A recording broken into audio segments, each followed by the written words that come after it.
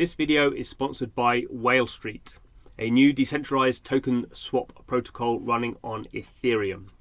Now, Wale is designed in particular to allow people to swap very large amounts of tokens, but it has a sort of gamified NFT based structure around it. I'm not going to go through this entire blog post, as you can see. I'm just going to head to the summary.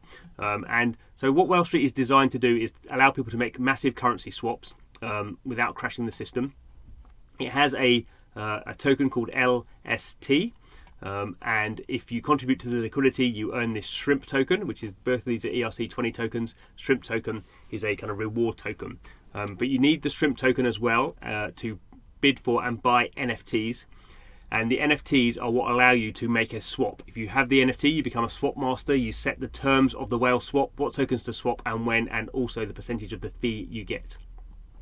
Everyone is rewarded in shrimp for the process that goes on here. As I say, this is super interesting, rather complicated. I suggest if you're interested, you go and check the blog post. But thanks for the sponsorship. So hello and welcome to Blockchain Gaming World with me, John Jordan. So the game we're looking at today is Infinite Fleet. So this is as you can see, a sort of epic space combat game. It's in pretty early stages of development at the moment. Developer is based out of Singapore. Have some pretty interesting team members who have worked on some pretty big kind of traditional games projects. But it is a new developer. And they're kind of scaling up, pretty small at the moment, and obviously this is a pretty grand vision of where they want to go with space games. And I guess in blockchain games we've seen quite a few kind of already attempts to do this kind of giant space. I guess kind of EVE Online is the inspiration for a lot of these games, and they are much harder to do, I think, than most people kind of understand really. It's all very well if it looks like this all the time, but clearly that's not what space games, even space combat games, are always about. So just a kind of a caveat there. This is very early stages for Infinite Fleet, but I think it is it's worth one of the games worth keeping an eye on. So that's what I'm doing. So this is just the web site. So there's a few things here. The chronicles. There's like a lot of these games. There's a whole bunch of lore stuff which I don't. It can actually be quite important for the game developer to have a backstory. I don't think at the moment, certainly not a non-release game, I don't think anyone is particularly interested in this sort of stuff. I'm certainly not, let's put it that way. Dev blog, those are a bit more interesting. So they've been pretty active with these Fleet Talk videos, which kind of just give you, an idea about what's going on and what features they're building and how complex it is to make a game. This is kind of what we're interested in today. So the Fleet store is now live. So you can now, for the first time, buy these effectively these are NFTs. So we'll have a look at that. A little bit about they have their own token, the Infinity token. I don't think there's anything particularly novel here in terms of it being a cryptocurrency and how it's going to be used. I guess slightly interesting is it is a token on the Liquid network, which is L2 for Bitcoin.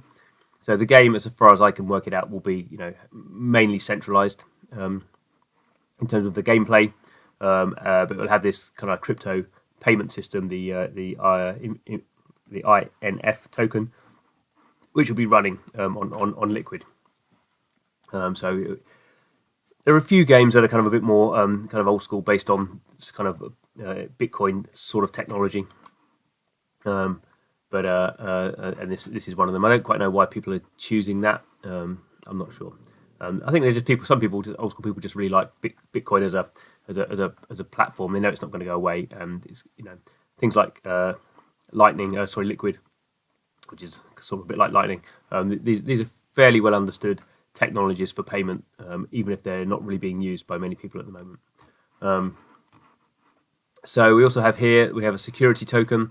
So they are selling a security token. This is how they're funding the game. So in terms of funding, there's been a private seed round in July 2020. They are now doing this security token thing through this website called Stalk, is it? I suppose, I don't know. So I think that's still ongoing. Last time I looked, they hadn't raised a ton of stuff. Let's just click through while we're here. Let's go click through and have a look.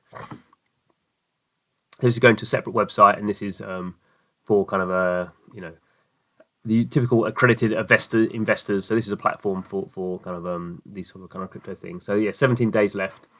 So we had 110 investors, and they've really not raised very much actually. So they raised 2.5 million in a private sale, and since then they've only raised 200,000. So I'm not quite sure here if. So the minimum funding is 3 million. So it looks like I don't know at the moment. They've got 17 days left, so they'll probably get there. But they're not unlikely. It seems like they're going to hit their 8 million target. And this is for the security token. It's interesting. The people who it's backed by, some of the people who it's backed by, Charlie Lee, best known for Litecoin. Adam Back's fairly well known. I can't remember what he's fairly well known for, like a Bitcoin guy. And then Max Kaiser, who's fairly bonkers sort of guy politically. Does a lot of stuff on Russia today. Very into Bitcoin, to be fair to him. But these are not particularly game people, and these are, to my mind at least, quite interesting people to have as backers. I think Tether also as a company is backing them. It's put about $1 million in. So it's kind of interesting. Let's leave it at that. So anyhow, if you do want to invest in that, you can. You still have a few days to do that. You have to sign up to the platform and go through a few hurdles for that. Today I'm a bit more interested in the store. So we see there are 4 of these ships available, and there's a whole bunch of stuff here. Kind of explains a little bit about what sort of ship they are. This is quite a nice thing here. Actually, we can go into. These are all actually what they call the USF. So this is kind of the human kind of ships, the human race sort of stuff. I'm not because I've not read the Chronicles. I don't know the backstory. But anyway, it's kind of hard to know how many of these sort of ships there'll be. But if we click through here, we get a bit of kind of 3D art, and then we get the kind of idea of how they're actually going to work in the game. So we have a typical kind of diagram. This one we can see the Polaris Versa Centurion class is kind of perfectly balanced. It's equally average in everything. This one is you can see got great range and great firepower, but rubbish on shields and hull and movements. What we got for this one? Really good range, not in kind of movements. Okay, so more like maybe a sort of scout thing, I suppose. Let's actually read it. What does it say? 45 vessels, blah blah blah blah blah. That doesn't really say much there. And then this one, which has massive firepower, not a lot of range. Actually, none of them have a lot of shield. Anyway, this is the important bit here. So they're selling them. They're $25 for this one, $40 for the others.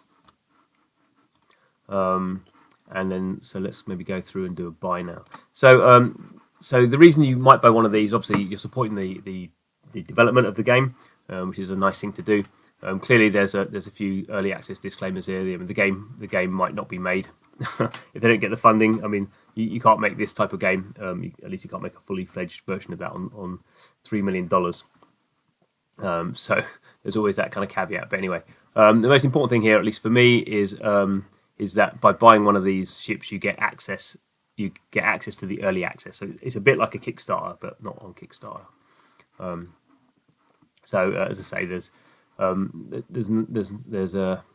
access to an early version of the build. The game might never come out, so it's one of these things where obviously don't buy this expecting it's going to be the next CryptoPunks. So that's all fine. The other thing is, I'm guessing, I don't really know how they're going to run NFTs using this system.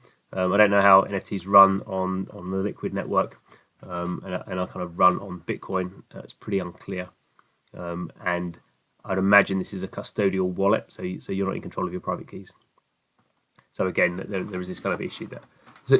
It's a blockchain game. It will be blockchain when it's finally launched in terms of the payment system. But NFTs, I'm not quite sure how if you wanted to hold them in your own wallet, I don't think you can do that at the moment. So here we go. I'm going to buy this one, $40. I can play with Bitcoin or PayPal. I'll choose PayPal. Okay, so order confirmed there. Nothing's going to arrive as It's not like this has been minted on a blockchain somewhere and it's going to arrive in a wallet. This is just basically like, I guess, on a on a centralized database somewhere in my account, there is a tag that I have this ship, and I guess when I go into the game, the ship will be there for me to play with, and that will give me access. So it's, as I say, it's early days for these sort of projects. This stuff is quite hard to kind of sort out, so I'm not particularly worried by that. But that is what it is. So Infinite Fleet, a long way to go. I'll be doing some videos, obviously, when the early access is available, and keeping you up to date with that. But thanks for watching the video. This is Blockchain Gaming World, trying to play as many blockchain games as possible. So if you like that stuff, please do subscribe to the channel. Thanks for watching, and see you again soon.